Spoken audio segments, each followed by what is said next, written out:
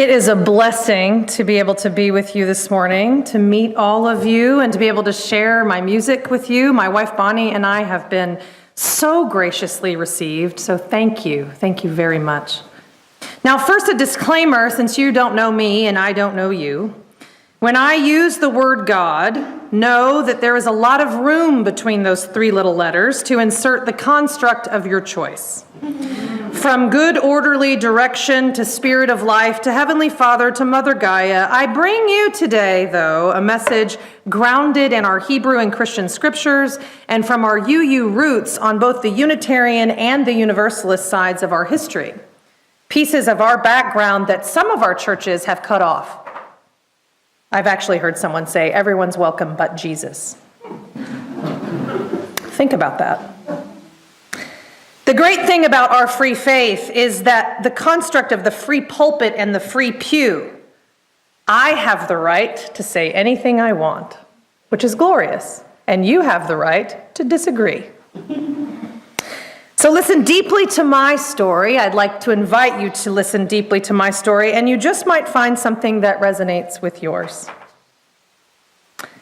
The diversity among human beings is not a new concept. In the Hebrew and Christian scriptures, it was God's hands who separated the people. There are creation stories all across the globe with similar themes. Early in Genesis, humanity is created in the image and the likeness of God, and then Yahweh discovers the people building a tower into the heavens so that they can make a name for themselves. If as one people speaking the same language, they've begun to do this, we hear in Genesis chapter 6, then nothing they plan to do will be impossible for them. Come, let us go down and confuse their language so that they will not understand each other, much like some political pundits today. These stories exist across cultures and have lasted generation after generation because they explain something that resonates deep within the human experience. Our separation from one another, very different from us, can feel very psychologically true. There seems to be a common human experience that humanity has been scattered, that we have been divided as a people, and there is a loss and a longing because of it. We are divided in this country, in our cities, even in our churches, even in this movement. We have different and unique experiences, different understandings of how we have come to be who we are, different meanings that we make about what our purpose in life is and how to express it. And for all that we might have in common, we cannot truly, completely, totally ever understand what it means to be someone else.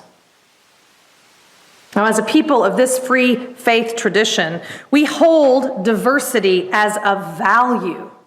I would even say we hold it as sacred, as something that makes us better and stronger and even more beautiful. In our tradition, it is in our diversity, not just in our unity, that we reflect the holy.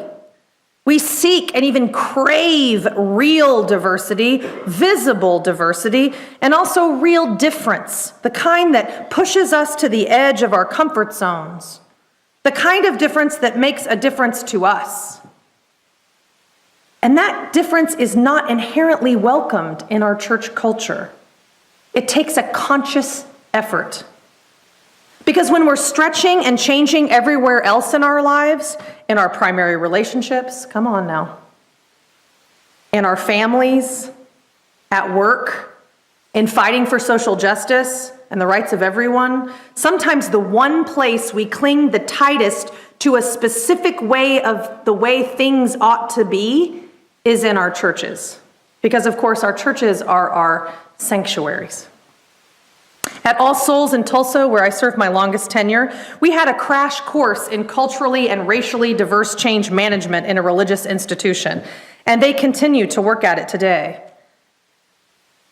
The interesting thing is, at All Souls, we were given an opportunity of a lifetime. With the instant incorporation of 300 Pentecostal Universalists, of whom about a third were African American, from Bishop Carlton Pearson's church. You may have heard the story on This American Life, or may have seen the Netflix movie called Come Sunday, if you want to experience his journey leading up to when he joined us. But this increased number of people of color in the congregation from 3 to 103 overnight, right?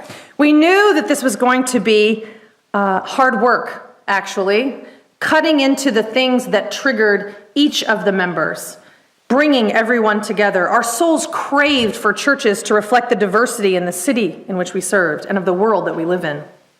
And the biggest lesson we learned was that we had a lot of work to do to practice the love that we professed. A lot of work to do. Now, whether or not we made that pot of gumbo, we're going to have to clean it up because we continue to live within the stench. We had a lot of work to do in our church before anyone else would feel completely welcome because of a culture in Tulsa of a race massacre that has been hidden in our culture for 100 years almost. And so racial tension in Tulsa is hot-bedded and driven in that space. We had a lot of work to do because in our Unitarian and Universalist culture, we were an intellectually driven and not emotionally driven worship space. Even though our Unitarianism and our Universalism both mirrored both styles of liturgy, we had to figure out how to bring those two things together without losing either one. We wanted to present an opportunity to these 300 Pentecostal Universalists that would make our home their home, our home, and not a way station. We had to carefully examine who we were, how we came to be who we were, how we made decisions, what values we held that were foundational, and what behaviors were standard but malleable. We had to actually just dig through the depths of our own story, but also know how it came to be our own story. You know that story that preachers often use about the woman who's with her family at Thanksgiving and she's making a roast, and she cuts off the ends of the roast, and her daughter says, "Why are you cutting the ends off the roast?" And she said, "I don't know, let me call Grandma." She calls Grandma and says, "Grandma, why do we cut the ends off the roast?" And the grandma said, "Honey, that was just because my pan was too small."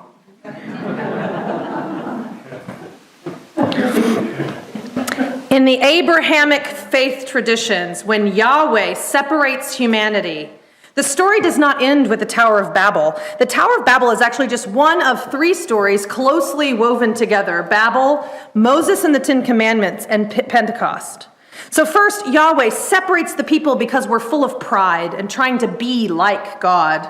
And then we learn to remain separated because we join with those who seem to be somewhat like us, lifting up one or a few traits above the others and fixating on those common traits as the most significant, grouping ourselves by them and resisting those who are not.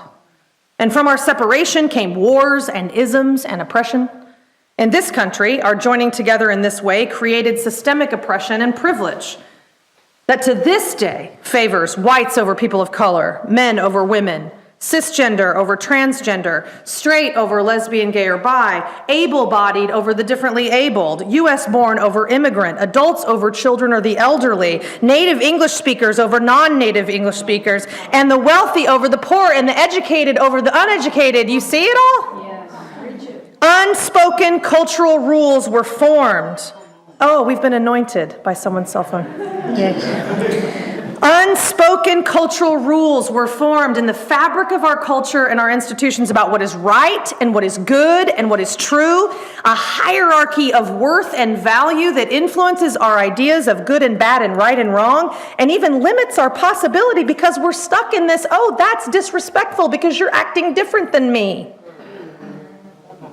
It's all a lie. Do you see it? It's all a lie, and it smells a little fishy. In the work that I do in diversity and organizational culture, the place we have to start, no matter what organization or what individual, is to help people understand how they came to have those feelings, how they came to believe who they are. Why do you have such a vehement reaction to certain words, for example? What makes you feel uncomfortable? What makes you feel like you're at home?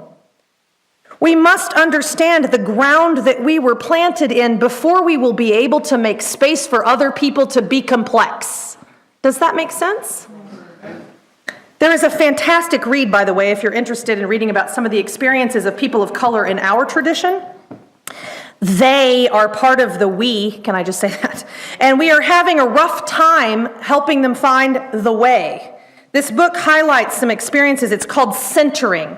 Centering, you can get it on Amazon, and was the product of the Committee on Anti-Racism and Anti-Oppression Multiculturalism.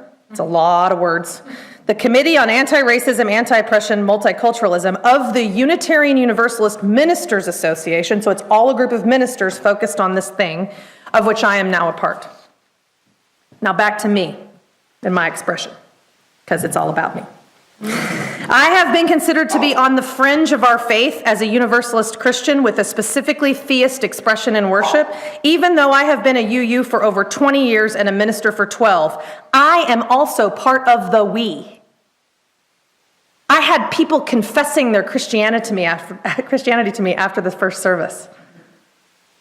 Both our Unitarian and Universalist roots are grounded in Christianity. It doesn't mean you have to be one.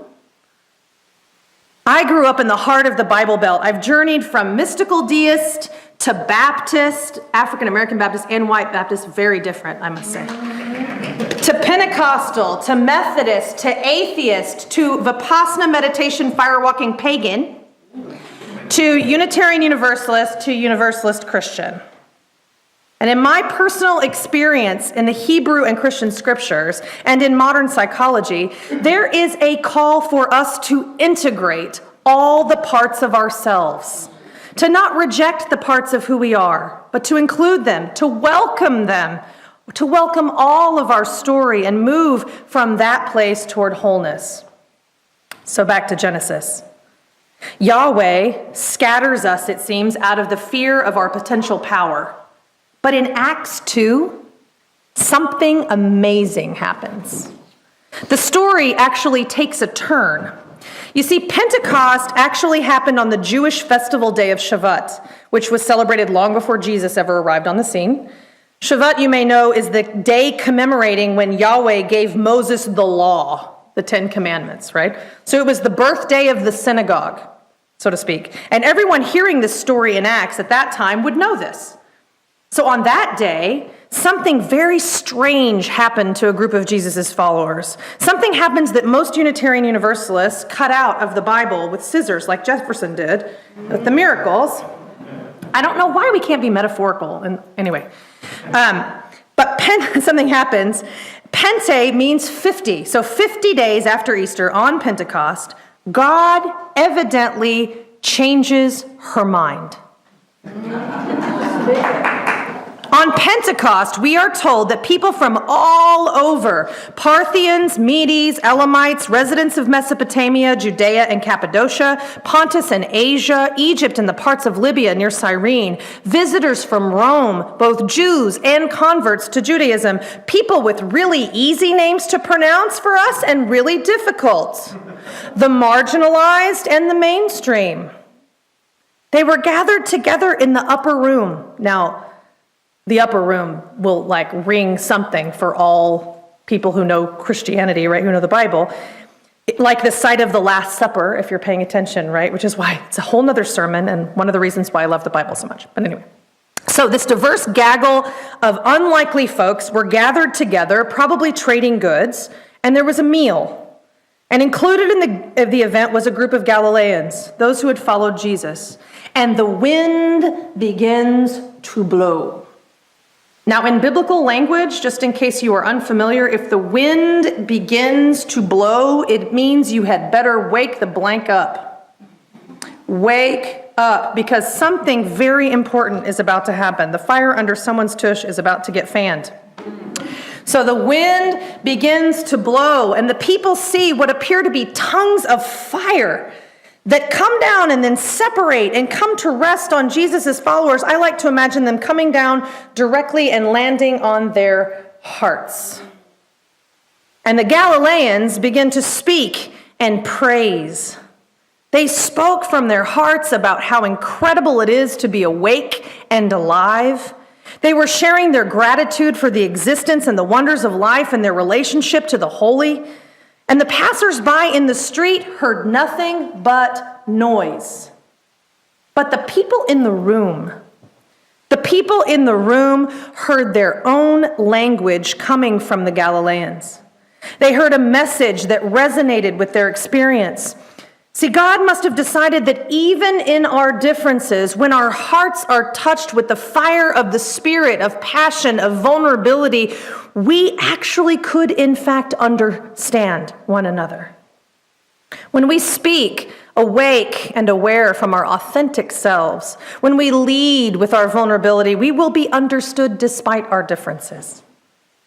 But the real miracle of this story for me is that when we listen from that place, from our hearts on fire, when we listen not to respond. Now, I know you've been doing this all day, so just listen here with me. When we listen not to respond, but we listen with the purpose and sole purpose of connection, to connect with what matters to that person, to connect to their experience, something magical happens. A common language is formed. What happened in that room was in fact more beautiful than homogeny, more than unity without difference, and the biblical writers would have said, and it was good. The miracle of Pentecost, speaking and listening with hearts on fire, was in fact the very birthday of what became the church, both on our Unitarian and our Universalist sides. People with very different experiences, with different cultures and different understandings, were all under the same roof, declaring the stories of transformation in their lives, talking about what really matters to them in their own tongues, and everyone present and awake understood. Now, there were skeptics, mind you. Not everyone was buying into this miracle. Someone in the room, probably a Unitarian seeking an explanation, exclaimed about the experience, "They have had too much wine." Peter, of course, corrected the skeptic. The wine wasn't even out yet, for it was only 9 a.m. They weren't intoxicated by wine. They were intoxicated by the connection. It is a beautiful space to be in. And you don't need a theist or godlike construct to tap into it. It's about two people. Where two or more are gathered, there it can be. Have you been there? That moment when you are with someone else and you can feel that you are part of something larger than just you. And it's more than just the two of you. It's a third thing. Have you been there? We talk back in my church. Have you been there? If you haven't been there, well, let's do this first. If you have been there, turn to the person next to you and say, "I have been there. I have been intoxicated by connection." If you have not been there, turn to the person next to you and say, "I have not been intoxicated by connection." It's okay. You don't have to agree with me.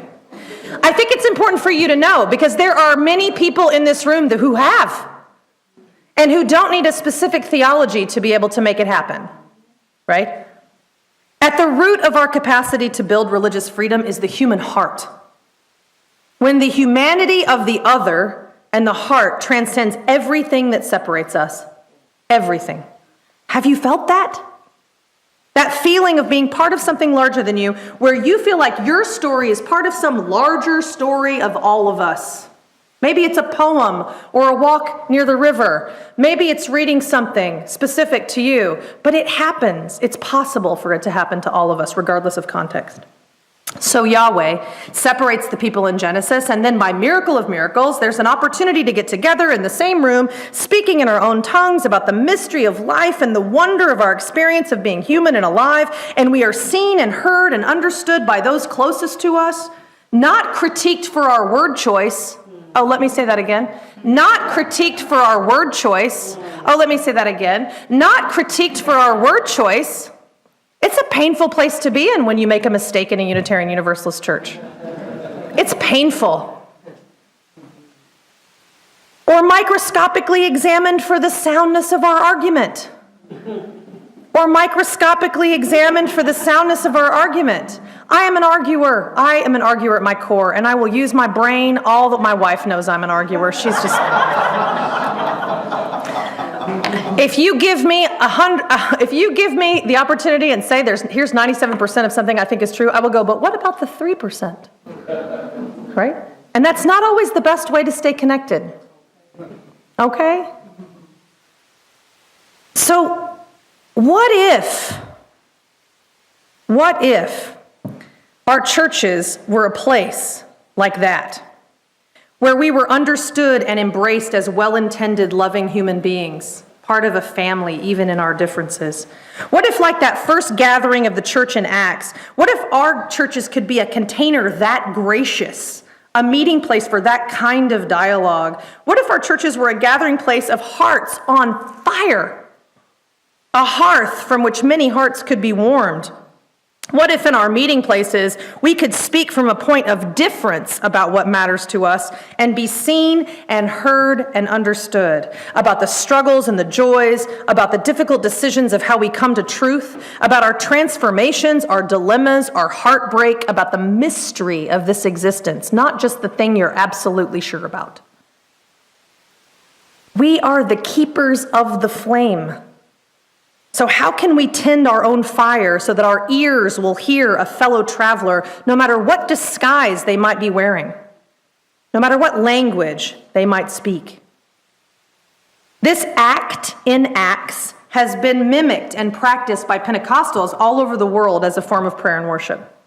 The beauty of the miracle in the story in Acts is not about speaking gibberish. Although let me come out of the closet for you and say that I do practice this ancient way of meditating that bypasses the intellectual mind and gets my ego out of the way when I pray. But the real miracle of Acts is about speaking in your heart language, however that sounds to you. It will be honest and real and full of humility and openness, and a language that can be understood by those who are different than you. You already are likely fluent in a multitude of religious and secular languages, science and humanism and philosophy and atheism or theism or Buddhism. Learning to speak or hear the language of those who we are in relationship with benefits us as much as it benefits them. We could benefit in our movement from coming to terms with everyone but Jesus. It may be the very thing that is keeping us and holding us back. Now, in order to do that, we all individually have to figure out our own culture. Not the culture of being black, brown, or white, but the culture of Bonnie and Mary and John and Sue, right? Because I have to know why certain words trigger me and make me stop listening. I have to know ways in which I am demanding other people to behave to be in my presence. Or I don't have an openness about me. So we have to spend time figuring out our wounds and our aversions, our implicit bias, so that we can choose how to respond to it. And then we must listen with our hearts open, extending beyond our single point of view. So first we have to know who we are, and the second way is to come to church. You have amazing opportunities in this church to engage with difference, with this group of amazing open-hearted seekers. You can explore your own culture by assuming first that not everyone thinks or feels or believes exactly like you do, even here. By practice listening from your heart on fire and speaking in your own tongue. You can work to develop your cultural competency by understanding your own cultural complexity first, finding a training or a coach. I happen to know a good one. But let church become the rehearsal for how you want to be in the world. Let church be the rehearsal for how you want to be in the world. So if you are someone who believes that religion or even Christianity is at the core of many of our problems in this world, then that is exactly who we should be seeking to influence. My Psalms project is an effort to do this. When I write contemporary, singable, universalist songs from the Psalms, I am claiming my place in the Christian story in my own tongue. As a tattooed, lesbian, Unitarian, Universalist minister singing about the love of God, I find, even in the midst of what can be very polarizing Psalms, I am claiming my heritage choicefully by reclaiming it from a humble and passionate heart. I'm also intervening in our faith tradition, because when I come to churches like yours all over the country, people have to grapple with me. I have been in this movement for over 20 years and a minister for over 12, and I am part of the we. So we must embrace our roots and be part of the religious dialogue. What happened on that first day on Pentecost is still happening now in our churches.